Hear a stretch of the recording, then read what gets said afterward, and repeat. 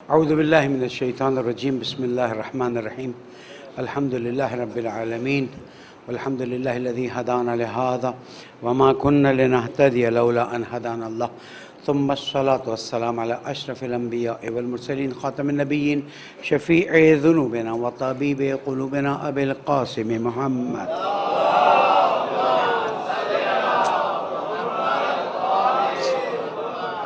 وعلى أهل بيته الطيبين الطاهرين المعصومين المظلومين الذين أذهب الله عنهم الرجس وطهرهم تطهيرا.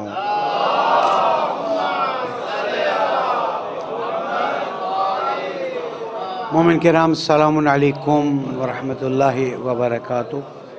اوصیکم ونفسی بتقوی اللہ ونظم امرکم. پہلے اپنے آپ کو پھر آپ سب کو تقوی اختیار کیجئے، امور کو منظم کیجئے، یہی کامیابی کا راستہ ہے.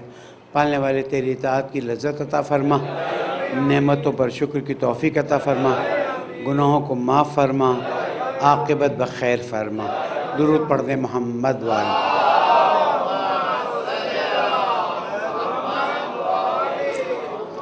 عزیز گرامی، تسلسل سے چند آرائز پیش کر رہا ہوں، اس لیے کہ یہ نکات عام طور پر مجالس میں یا اور تقریبات میں بیان کرنے کا موقع نہیں ہوتا، اور شاید جمعے کے خطبے کی خاصیت یہ ہے کہ انسان غسل کر کے صاف کپڑے پہن کر خوشبو لگا کر قبلہ رخ وضو کر کے قبلہ رخ بیٹھتا ہے تو اس کی روحانیت کا ایک اور ہی عالم ہوتا ہے. جیسے ماہ رمضان کا مسئلہ ہے، ماہ رمضان میں جب آپ روزہ رکھتے ہیں، جب سحری کرتے ہیں، اس وقت روحانیت کا ایک لیول ہوتا ہے، اور جب افطار سے نزدیک پہنچتے ہیں تو ایک الگ لیول ہوتا ہے.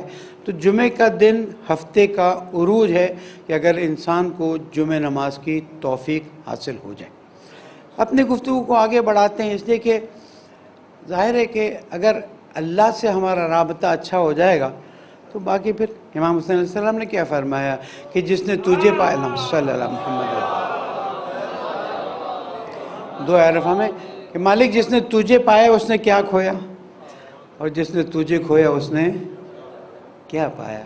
تو اگر ہم اللہ کو پا لیں، ہم اللہ کے ہو جائیں، ہیں ہی اللہ کے، تھوڑا محنت اور ہمت اور کوشش کی ضرورت ہے، اس لیے کہ اس طرف سے بہت زیادہ اٹریکشن ہے. یعنی اللہ تعالیٰ کی طرف سے 1,24,000 انبیاء بھیج دیے، اس کے بعد قرآن مجید بھیج دیا، نبوت کا سلسلہ ختم ہوا تو 12 ائمہ معصومین اور ایک جناب زہرا عطا کر دی کہ انسان غیبت کا زمانہ شروع ہوا تو علماء، مراجع، رہبر معظم، قیادت یہ عطا کر دی تاکہ یہ ہدایت کا سلسلہ چلتا رہے اور انسان کسی وقت بھی اپنے آپ کو تنہا محسوس نہ کرے. واقعہ اچھا نہیں ہوا. ایک صاحب نے اپنے بیوی اور 3 بیٹیوں کو قتل کر دیا، سب کو پتہ ہے، کوئی نئی بات نہیں. کب ایسا ہوتا ہے؟ جب انسان بالکل اپنے آپ کو اکیلا سمجھتا ہے. اور اہل بیت کا چاہنے والا اپنے آپ کو اکیلا سمجھے، یہ امکان نہیں رکھتا. اس لیے کہ آپ کی پیٹھ پر امام زمانہ علیہ السلام کی تائید ہے.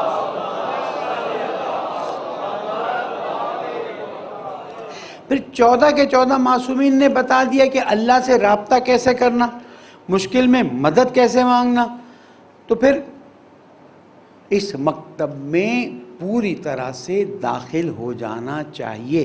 اس سے بہتر مکتب نہیں مل سکتا. ہو سکتا ہے بعضوں کی نظر میں دوسرے مکتب اچھے ہوں، لیکن یہ ایک چیلنج اور یہ گارنٹی ہے کہ اس سے بہتر مکتب نہیں مل سکتا، جس میں کسی کو بھی اگر آپ نہیں پڑھنا چاہتے تو چوتھے امام کی صحیفہ کاملہ کھول لیجئے، اور آگے بڑھنا ہے نہج البلاغہ کھول لیجئے، اور اصل پہ جانا ہے. یہ سب اصل ہی ہیں، استغفر اللہ. پھر وہ لفظ اٹھا لیا جاتا ہے تو وہ کیا یہ اصل نہیں ہے. پھر اگر جن سے یہ چیزیں نکلی ہیں قرآن مجید کی طرف چلے جائیں. اللہ پر توکل انسان کی زندگی کا محور ہے. وَمَن يَتَوَكَّلْ عَلَى اللَّهِ فَهُوَ حَسْبُهُ. جو اللہ پر توکل کرتا، اللہ کو وکیل بنا لے. حسبنا اللہ و نعم الوکیل، نعم المولا و نعم النصیر. ذکر زبان سے اور دل سے جاری، یقین رہے نا. آپ کو اللہ پر بھروسہ ہے، آپ کو توکل ہے. جیسے ہی کربلا کے اصحاب امام حسین کو اللہ پر بھروسہ ہو گیا، پھر انہوں نے شب عاشور بھاگنے کا سوچا ہی نہیں، بلکہ جب کہا چلے جاؤ، انہوں نے کہا مولا ہم کیسے جا سکتے ہیں. اور وہ جو سارے بیانات موجود ہیں. کیوں یہ بیانات ہیں؟ اس لیے کہ اہل بیت علیہ السلام نے ان اپنے اصحاب کو، یا مولا کائنات نے اپنے اصحاب کو، یا رسول اکرم نے اپنے اصحاب کو اللہ سے اتنا مربوط کر دیا کہ اب اصحاب پورا توکل کرتے تھے اللہ سبحانہ و تعالیٰ پر. اور اللہ سبحانہ و تعالیٰ پر توکل کے معنی کیا ہے؟ کہ آپ نے اپنی کوشش کر لینی ہے. آپ گھر سے نکلے، آپ کی نیت ہے نماز پڑھنے جانا ہے، آپ بس کے انتظار میں کھڑے ہیں، بس میں بیٹھ بھی گئے، ٹریفک جام میں پھنس گئے. اب یہاں سے آگے آپ کے ہاتھ میں کچھ نہیں ہے. یہ مثال دیتا ہوں تاکہ آپ اپنی لائف میں ان مثالوں، کیوں میں یہ چوتھا خطبہ ہے، کیوں کنٹینیوس ان چیزوں پر؟ اس لیے کہ باقی زمانوں میں ان چیزوں پہ بات نہیں ہوتی، اور یہ ہمارے ایمان کی بنیادوں میں بیٹھا ہونا ضروری ہے، ورنہ بے ایمانی کر لیں گے. اب بے ایمانی کرنے والا پھر بے ایمانی دین سے نکل جائے گا. تو توکل، اگر پہلی گفتگو ہماری اللہ تعالیٰ کے ذکر پر تھی، اس کے ساتھ ساتھ ہم نے شکر پر گفتگو کی، اس کے ساتھ ساتھ ہم نے توبہ اور ٹچ کیا ہے، زیادہ نہیں کیا ہے، توبہ اور استغفار پہ. آج ہم مختصر توکل، اللہ تعالیٰ کو وکیل بنا دینا. اچھا، آیا ہماری زندگیوں میں توکل ہے یا نہیں ہے؟ ظاہری زندگی میں توکل ہے. کل ہم ایک شادی میں گئے، بہت اچھا لگا. بالکل سیپریٹ، خواتین کا پردے کا پورا انتظام. تھوڑا ان کا خرچ زیادہ ہوا، لیکن بالکل جس کو کہتے ہیں نا بابرکت دیندار شادی. اب وہیں پر ایک چھوٹا سا جملہ لکھا ہوا تھا، میں نے اس کی ویڈیو بنائی ہے اور انشاءاللہ آپ تک بھی بھیجوں گا، دیکھیے گا. کہ برائے مہربانی کھانا ضائع کرنے سے پرہیز کریں. ایک چھوٹا سا جملہ، ایک چھوٹا، وہ جو جن کا وہ شادی ہو تو انہوں نے اپنے ٹیشو باکس پہ اپنا نام رکھا ہوا تھا اور اس کے بعد وہ رکھا ہوا تھا. اب ایک جملہ ہے، ہو سکتا ہے کسی پہ اثر کر جائے. اب میں نے دیکھا، میں نے اس کی ویڈیو بنا لی، میں آگے بھیجوں گا. بہرحال عرض یہ کر رہا ہوں کہ کیا زندگی میں ہم عام انسانوں پہ، غیروں پر، جس کی شکل نہیں دیکھی اس پہ بھروسہ کرتے ہیں کہ نہیں کرتے؟ ایک ہاں یا نہیں تو آنا چاہیے. تو شادی میں گئے، جو میزبان تھے جن کے بیٹے کی شادی تھی، مجھے نہیں معلوم انہوں نے کک کو دیکھا کہ نہیں دیکھا، انہوں نے کچن دیکھا یا نہیں دیکھا، انہوں نے پکتے ہوئے دیکھا یا نہیں دیکھا، 4 آدمی گارڈ وہاں لگائے کہ نہیں لگائے. آپ کہیں گے مولانا ایسا نہیں ہوتا، بس آرڈر دے دیا. یعنی ایک نامعلوم کک کو آپ نے اپنے بیٹے یا بیٹی کی شادی کے کھانے کا آرڈر دے دیا، اور مطمئن سے 400 لوگوں، 500 لوگوں، 1000 لوگوں، جیسی آپ کی استطاعت اور آپ کی طاقت اور آپ کے حالات، آپ نے کھانے پہ بلا لیا اور ان کے سامنے کھانا پہلے چیک نہیں کیا، سرو بھی کر دیا. اور آپ کو پریشانی نہیں ہے کہ اس میں خدا نخواستہ زہر ملا ہوا ہوگا یا خدا نخواستہ باسی کھانا ہوگا. کیوں؟ اس کک پہ توکل کیا ہوا ہے. بس میں بیٹھتے ہیں، گاڑی میں بیٹھتے ہیں، خیر ڈرائیوروں کا تو مسئلہ ہے کہ انسان چیک کر کے کرتا ہے. آج کل ہمارا جہاز کا سفر بہت زیادہ ہو گیا ہے، بقول بعض لوگوں کے چلے چھوڑ، اس جملے کو چھوڑ دیتا ہوں. تو اب میں تو پائلٹ کو نہیں جانتا ہوں، میں تو ایئر ٹریفک کنٹرولر کو نہیں جانتا ہوں. مجھے نہیں معلوم ہے کہ جہاز اڑتے وقت وہ اندھا ٹائر کھلے ہیں کہ نہیں کھلے، دیکھے گا نہیں دیکھے گا. وہ جو جہاز جمعۃ الوداع کو کریش ہوا تھا، کیا تھا؟ پائلٹ نے وقت سے پہلے اس کے وہ میں اس کو ویلز کہہ دیتا ہوں صاف الفاظ میں، ورنہ لینڈنگ گیئرز کہلاتے ہیں. اس نے ہائٹ سے پہلے، جس ہائٹ پہ کھولنا چاہیے اس سے پہلے کھول دی. وہاں سسٹم آٹومیٹک تھا، وہ واپس اندر چلا گیا. اب جب وہ اتر رہا تھا، اب یہ میری تحلیل ہے، میں کیونکہ ان چیزوں کو ذرا زیادہ اور سے دیکھتا ہوں تاکہ کہیں بیان کر سکوں. جب وہ اتر رہا تھا یہ روزے کی حالت میں تھے اور مسلسل وہ سائرن بج رہا تھا, وہ بیپ بیپ بیپ بج رہی تھی کہ آپ نے ٹائر نہیں کھولیں, اور وہ باتیں کر رہے تھے, توجہ نہیں تھی, روزہ تھا, تھوڑا شوگر ڈاؤن ہو گیا تھا. تو جناب کنٹرول ٹاور والے کو تو دوربین سے دیکھتے رہنا چاہیے. کسی نے نہیں دیکھا, ایک بیچارہ جھاڑو مارنے والا, اس نے دیکھا ارے یہ جہاز پورا کا پورا بغیر ٹائر کے اترا, لیکن وہ کیا کر سکتا تھا. جب تک پائلٹس کو خیال آیا انجن رگڑے جا چکے تھے. ٹھیک ہے نا, دن رات آپ لوگ سفر کرتے ہیں, کراچی سے کینیڈا 16-18 گھنٹے کا سفر, آسٹریلیا 12-14 گھنٹے کا سفر, آپ پائلٹ کو جانتے تک نہیں. ایئر ٹریفک کنٹرول راستے میں کتنے آتے ہیں آپ جانتے بھی نہیں ہیں, لیکن کیونکہ آپ کو پتہ ہے کہ چیزیں سٹینڈرڈائز ہوئی ہیں اس لیے اس پہ توکل کرتے ہیں. اگر اللہ تعالیٰ کل آپ سے سوال کرے, یہ جو آپ ٹرین میں بیٹھتے ہیں, یہ جو آپ بس میں بیٹھتے ہیں, جو آپ پلین میں بیٹھتے ہیں, تو آپ کو ڈرائیوروں پر اور باقی چیزوں پر بھروسہ ہوتا ہے, مجھ پر بھروسہ کب آئے گا؟ ڈاکٹر پر بھروسہ, گنتے جائیے, گھنٹہ نکال دوں گا آپ کا, گنتا جاؤں گا. ڈاکٹروں پہ بھروسہ, ڈاکٹروں کی دی ہوئی دوائی پر بھروسہ, دوائی بنانے والوں پر بھروسہ. کتنی جعلی دوائیاں مارکیٹ میں, شاید کراچی میں اتنی نہ ہو, پنجاب میں, اور جب گاؤں میں جاتے ہیں آپ یہ جو اتنے مسالے خریدتے ہیں, اپنی زندگی میں یہاں سے لے کر آئندہ جمعے تک جب آئیں گے نا تو آپ محسوس کریں گے کہ کم از کم 1000 ان دیکھے ہوئے لوگوں اور چیزوں پر بھروسہ کرتے ہیں. میرے بھائیوں اور میری بہنیں جب میری آواز سنیں گی, ایک اللہ جس نے آپ کو سب کچھ دیا ہے, ایک اللہ جو آپ سے اتنی محبت کرتا ہے, ایک اللہ جو آپ کو اتنا چاہتا ہے, وہ ایک دن سوال کر لے کہ مجھ پر کب توکل کرو گے, تو جواب نہیں دے سکیں گے. جبکہ ان سب پہ توکل کرنے میں دھوکہ ہے. اب دیکھ لینا, میں نے جب جس جمعے کو بتایا تھا کرپٹو کرنسی اور FTX کے بارے میں, اس کے بعد سے لے کر ابھی تک کا حشر دیکھ لیجئے. ان لوگوں پر جن کو دیکھا نہیں ہے, لوگ اربوں 10 ارب ڈالر کے کرپٹو کرنسیز جو ہیں, وہ چاہے وہ بٹ کوائن ہو دوسرا, وہ 10 ارب, پاکستان 2 ارب ڈالر نہیں 1 ارب ڈالر کے لیے محتاج ہوتا ہے. سعودی عرب جاتا ہے, UAE جاتا ہے, چائنا جاتا ہے 3 ارب ڈالر کے لیے. 10 ارب ڈالر ایک ہی ہفتے میں بیٹھ گئے لوگوں کے, چلے گئے. کیوں؟ اس لیے کہ انہوں نے ان پہ بھروسہ کیا ہوا جن کو دیکھا ہی. غلط نہیں ہے, لیکن آپ کو پہلے سے ڈیو ڈیلیجنس کرنا چاہیے. اس پہ بات بعد میں کر لوں گا. تو اللہ سبحانہ و تعالیٰ فرماتا ہے میرے بندے, مجھ پہ توکل کا مطلب یہ بھی نہیں ہے کہ تو گھر میں بیٹھ کے لاک لگا دے کمرے میں اور تو بول میں تو اللہ پہ توکل کرتا ہوں, ہونا ہوگا تو ہو جائے گا. نہیں, اللہ پر توکل کی شرط یہ ہے کہ اس کام کے نتیجے کے حاصل کرنے کے سلسلے میں جو شرائط ہیں ان کو صحیح طرح سے پورا کیا جائے. جب شرائط پوری ہو جائیں حضرت کے ساتھ, تو اس وقت اب آپ اللہ تعالیٰ کی طرف توجہ کریں. پالنے والے, میں تیرا بندہ ہوں, اس کام کی یہ شرائط تھی, میری سمجھ بوجھ کے مطابق یا مشوروں کے مطابق میں یہیں پر میں استخارے کی بات بھی کر لوں. دیکھیں, یہ جو ایک فون آیا امریکہ سے, مولانا استخارہ دیکھ لیجیے.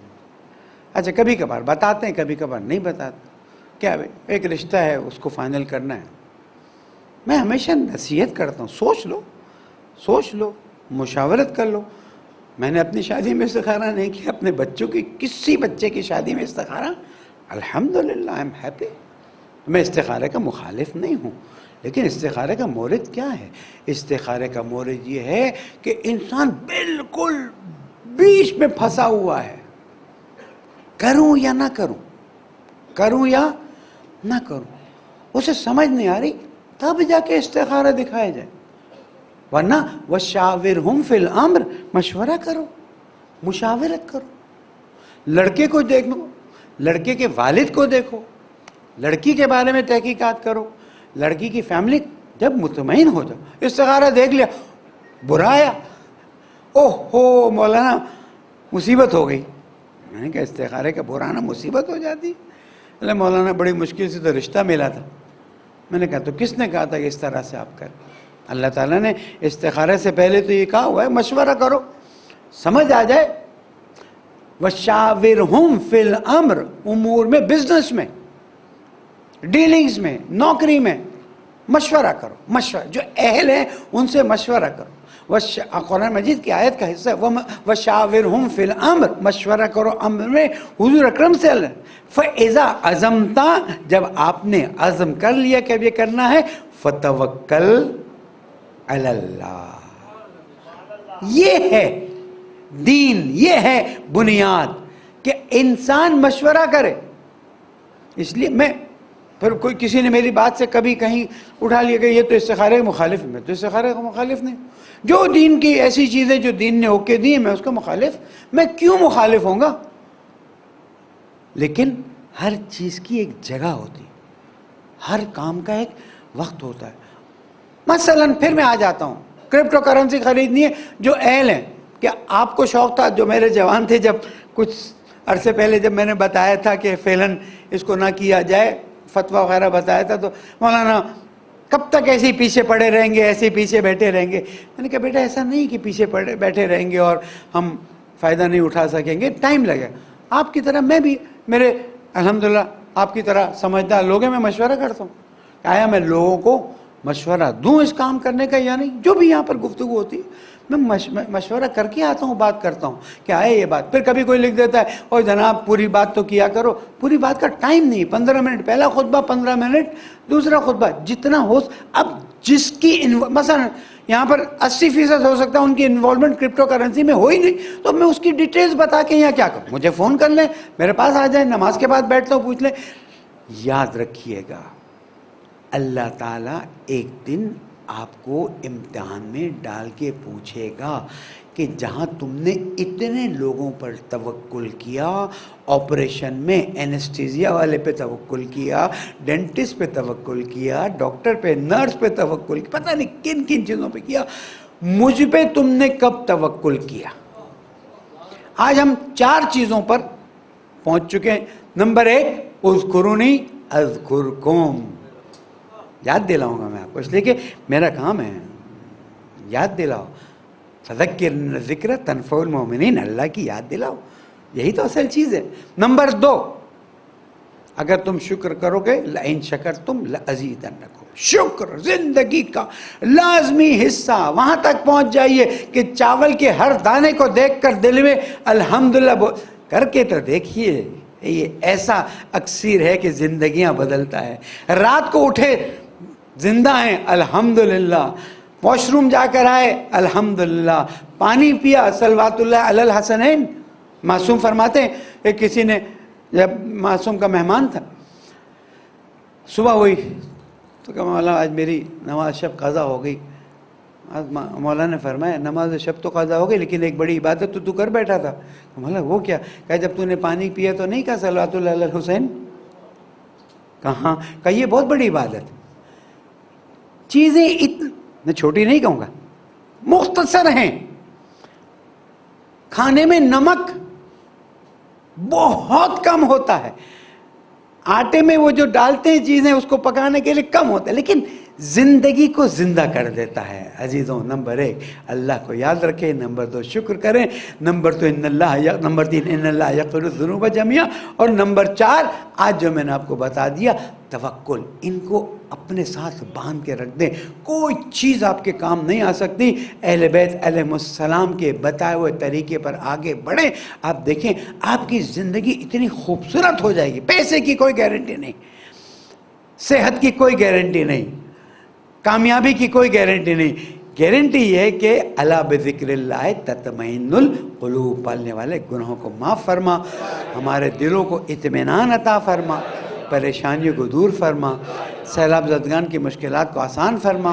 پیارے ملک پاکستان کو ہم نے کہا کہ ہمارا بنا دے. ہمارے گناہوں سے درگزر فرما، مرحومین کی مغفرت فرما، بیماروں کو شفا کامل عطا فرما، ہمارے اختر بھائی بیمار ہیں انہیں شفا کامل عطا فرما، پالنے والے ہماری عبادتوں قبول فرما، زمانے کے کو راضی فرما، ان کے ظہور میں تعجیل فرما۔ بسم اللہ الرحمن الرحیم۔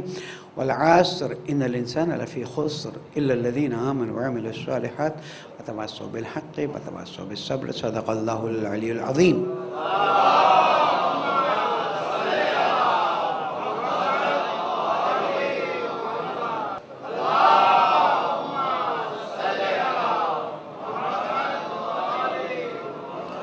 اعوذ باللہ من الشیطان الرجیم، بسم اللہ الرحمن الرحیم۔ مومنین تقوی اختیار کیجئے کہ یہی کامیابی کا راستہ ہے۔ ایک ہی جملہ کہ ابھی بھی کسی بھی کرپٹو کرنسی میں پیسے مت ڈالیے گا۔ نمبر 2، جو سیاسی میلہ کہوں، اکھاڑا کہوں، ڈرامہ کہوں، میرا نظریہ بالکل مختلف ہے اور آپ کو میرے اس نظریے سے اختلاف کرنے کا 100 نہیں 1000% حق دیتا ہوں۔ میرا نظریہ ہے کہ پانی سر سے گزر چکا ہے، اب الیکشن ہوں یا بعد میں الیکشن ہوں، اب یہ جیتیں یا وہ جیتیں، پاکستان ایک ایسے کرائسس میں داخل ہو چکا ہے جس سے آپ کی دعائیں اور اللہ کی مدد کے علاوہ کوئی نہیں نکال سکتا۔ جس نے بھی اس مصیبت میں اس پیاری، اس محنت کش، اس مخلص قوم اور عوام کو ڈالا ہے، پالنے والے تجھے محمد و آل محمد کا واسطہ جلد از جلد اس کو اس کا بدلہ دے دے اور عوام کو ان مسائل سے نجات دے دے۔ کوئی فرق نہیں پڑتا کون آتا ہے کون جاتا ہے، سمجھنا یہ ہوتا ہے کہ میرے پیچھے میرے لیے ڈگڈگی کون بجا رہا ہے۔ میں ہمیشہ سے کہتا آ رہا ہوں اور آگے بھی کہوں گا، اور میں اس نظریے پہ اس وقت تک قائم رہوں گا جب تک کوئی اور مجھے کوئی دلیل لا کر نہ دے دے۔ سارا کھیل ایک ہی چیز ہے کہ کسی طرح سے پاکستان کو ڈیفالٹ کرواؤ اور کروا کر نیوکلیر آرمز جو ہیں ان کے واپس کروا دو۔ اللہ نہ کرے ڈیفالٹ ہوتے ہیں، میرا اور آپ کے ہاتھ میں تو کچھ بھی نہیں نا۔ تو سب سے پہلے وہ کہیں گے ٹھیک ہے ہم آپ کو بچانے کے لیے آتے ہیں۔ ایک تنہا اسلامی ملک ہے جس کے پاس نیوکلیر آرسنل ہے۔ اچھا یہی بات بھی بتا دوں، یہ نیوکلیر بم کبھی بھی اتفاقاً ایک مومن سے ملاقات ہوئی جو اس پورے پروجیکٹ میں ایک بہت بڑی ذمہ داری پہ تھا، تو اس نے کچھ چیزیں بتائیں، ظاہر جو راز ہیں وہ تو نہیں بتا سکتے۔ انہوں نے کہا مولانا کوئی نہیں استعمال کر سکتا، ایران بنا بھی لے تو استعمال نہیں کرے گا، انڈیا نہیں کر سکتا، اب دنیا میں کوئی بھی، اب تو ان کے گلے میں پڑی ہوئی کہ اس کو کیسے سنبھالا جائے، لیکن اس کا فائدہ یہ ہے کہ اگر کوئی حرکت کرنے کی کوشش کرے تو اسے پتہ ہو۔ اور انہوں نے بڑی اچھی تحلیل دی، میں نے اس پہ کام نہیں کیا ہے لیکن صرف آپ تک صرف ایک ایز اے نیوز پہنچا دیتا ہوں کہ اگر یوکرین نے اپنے نیوکلیر آرسنل، ظاہراً انہوں نے کہا 600، میں صرف کوٹ کر رہا ہوں، وہ رشیا کو نہیں دے دیے ہوتے تو آج یوکرین کا یہ حال نہیں ہوتا۔ چلیں جو بھی ہوتا ہے، یوکرین کے اس حال کی وجہ سے اس وقت یورپ پریشان ہے، لوگ وہاں سے فون کر رہے ہیں کہ مولانا یہاں تو صورتحال یہ ہے کہ گیس اور بجلی کے بل دینے میں اتنا پیسہ چلا جاتا ہے کہ اب ایک ٹائم کا کھانا ہمارے لیے مشکل ہو رہا ہے۔ پاکستان میں بیٹھ کر اللہ کا شکر ادا کریں، 2 ٹائم کا کھانا تو مل رہا ہے۔ یہ شکر جو ہے آپ کا کام ہے۔ یہ ہم کتنے یہاں باہر اوپر 1500 لوگ ہوں گے، 2000 لوگ ہوں گے، 2000 لوگ اگر دل سے الحمدللہ کہتے ہیں اللہ تعالیٰ سے، آپ دیکھیے گا پاکستان کی قسمت بدل جائے گی۔ درود پڑھ دیں محمد والے۔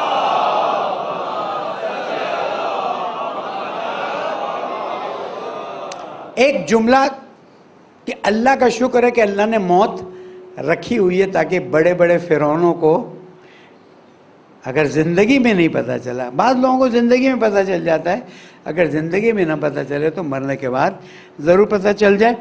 ہمیں پولیو کے جو سیکیورٹی کے لیے جا رہے تھے اور ان پر دھماکہ ہوا، ان کی شہادت ہوئی، اس پر افسوس ہے۔ کل افغانستان میں ایک مدرسے پر دھماکہ ہوا، اس پہ افسوس ہے۔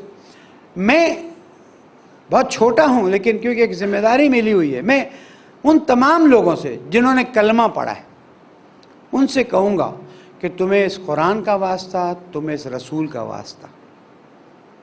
مجھے اپنی قوم پر اس کا کوئی خطرہ نہیں ہے، لیکن میں پاکستانی ہوں اور میری ایک ڈیوٹی ہے بیان کرنا کہ امریکہ نے عراق میں لاکھوں لوگ مارے، یمن میں مارے، افغانستان میں مارے.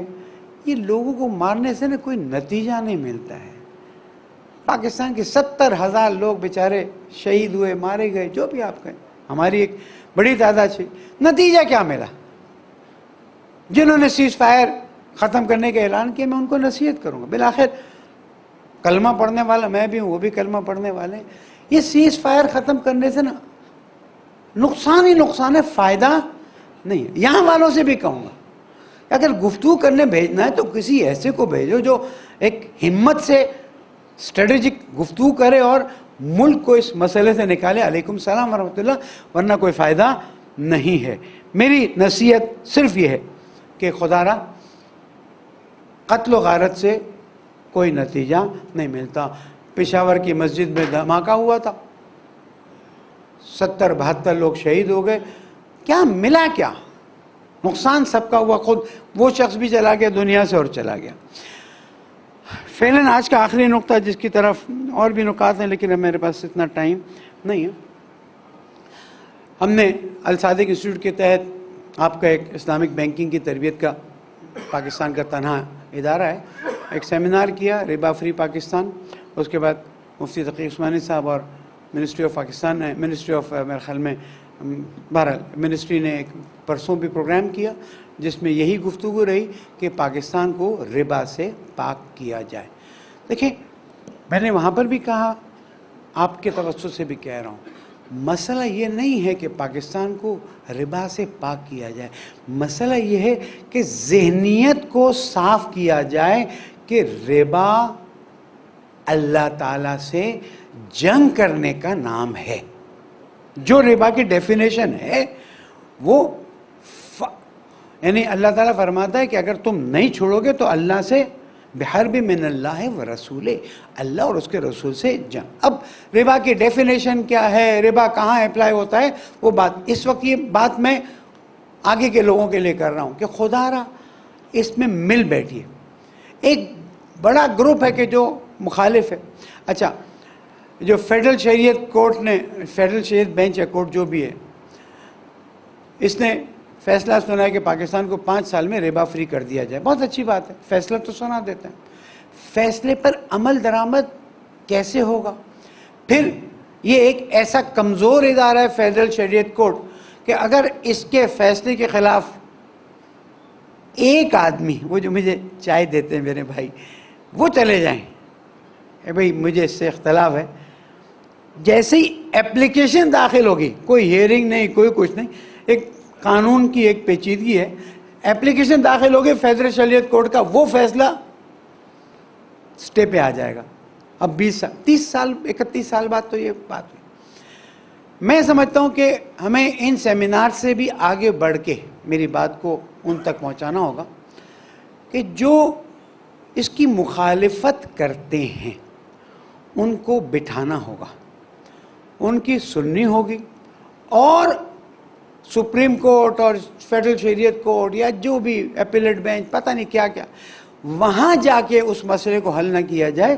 تمام مسالے کے علماء بیٹھیں، اہل حل و عقد جس کو کہا جاتا ہے بیٹھیں اور ڈھونڈیں. اس لیے کہ ربا میں برکت نہیں ہے، اور جس چیز میں برکت نہیں ہے تو مسائل بڑھ جاتے ہیں. پھر جنہوں نے اپلیکیشن ڈالی ہوئی ہیں اور اب سٹے آ جائے گا، اللہ نہ کرے، ہر کوئی ان پہ پریشر ڈال رہا ہے کہ واپس لے لو. میں بینکس کے نام لینا مناسب نہیں سمجھتا. وہ یہ کہتے ہیں کہ جناب جو آپ نے ربا کی ڈیفینیشن کہی وہ ڈیفینیشن نہیں ہے. اچھا، خوبی کی بات یہ ہے الحمدللہ آپ کے اس چھوٹے بھائی نے چند سال پہلے ایران کے بعض علماء نے مل کر ربا پر تحقیق کی تھی. اس کو ہم نے اردو میں ٹرانسلیٹ بھی کیا تھا، یہاں پر بھی اویلیبل ہے، زہرا اکیڈمی میں اویلیبل ہے. ربا کا سارا بیک گراؤنڈ اس میں دیا ہوا ہے، اور الحمدللہ فقہ جعفریہ میں اس ربا والے عنوان پر بہت زیادہ کام ہوا ہے. ایران میں کام ہوا ہے. یہ کام شہید باقر صدر علی اللہ مقاموں کے زمانے سے شروع ہو رہا ہے. 62 کی میں بات کرتا ہوں، اور آج تک وہ چیز آگے بڑھ رہی ہے اور ان میں اس میں حصہ ہے۔ کہنے کا مقصد یہ ہے، کوئی مجھ سے آ کے نہ پوچھے کہ اس بینک کا کیا کرنا ہے، اس بینک کا کیا کرنا ہے، جو جیسے کر رہا ہے وہ بھی کرے۔ کہنے کا مقصد یہ ہے کہ ایک ایسی کیا کہتے ہیں کمیٹی بنے جس میں سب سٹیک ہولڈرز کو بٹھا کر 2 دن بات کریں، 3 دن بات کریں، ایک نتیجہ لیں تاکہ پھر مضبوطی سے آگے بڑھیں۔ یہ ربا ہے، یہ ربا ہے، یہ ربا ہے، یہ ربا ہے، جس کی جو ڈیفینیشن ہے سب کو ملا کر قرآن و سنت کی بنیاد پر، اور ایک ہمارے لیے تو احکام معصومین ہے، اس کی بنیاد پر فیصلہ کریں۔ جس چیز پہ سب کا فیصلہ ہو سب آگے بڑھیں، اس لیے کہ ربا میں برکت نہیں ہے۔ پالنے والے محمد آل محمد کا واسطہ، گناہوں کو معاف فرما، پریشانی کو دور فرما، ہمیں ربا اور دوسرے حرام چیزوں سے بچنے کی توفیق عطا فرما۔ پالنے والے اس ملک پر اپنی رحمتیں نازل فرما، مرحومین شہداء کے درجات کو بلند فرما، گناہ کار ہیں، خطا کار ہیں، پالنے والے ہمارے گناہوں کو معاف فرما۔